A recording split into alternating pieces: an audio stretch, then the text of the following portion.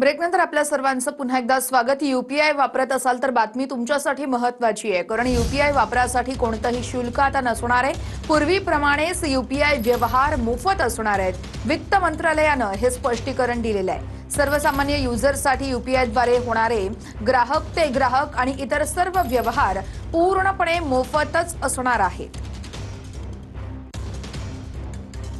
तर आपण वित्त मंत्रालयाचं स्पष्टीकरण पाहतोय। सर्वसामान्य युजर्ससाठी यूपीआयद्वारे होणारे ग्राहक ते ग्राहक आणि इतर सर्व व्यवहार पूर्णपणे मोफतच राहतील।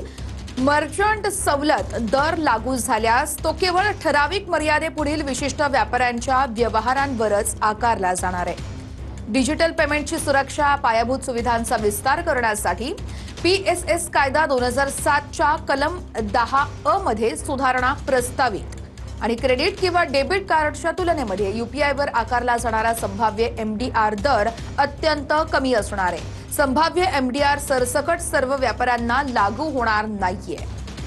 कर आकारणी विधेयक संसदेत मंजूर झाल्यानंतर एनपीसीआयची यूपीआय स्टीअरिंग कमिटी शुल्काबाबतचा निर्णय घेणार आहे।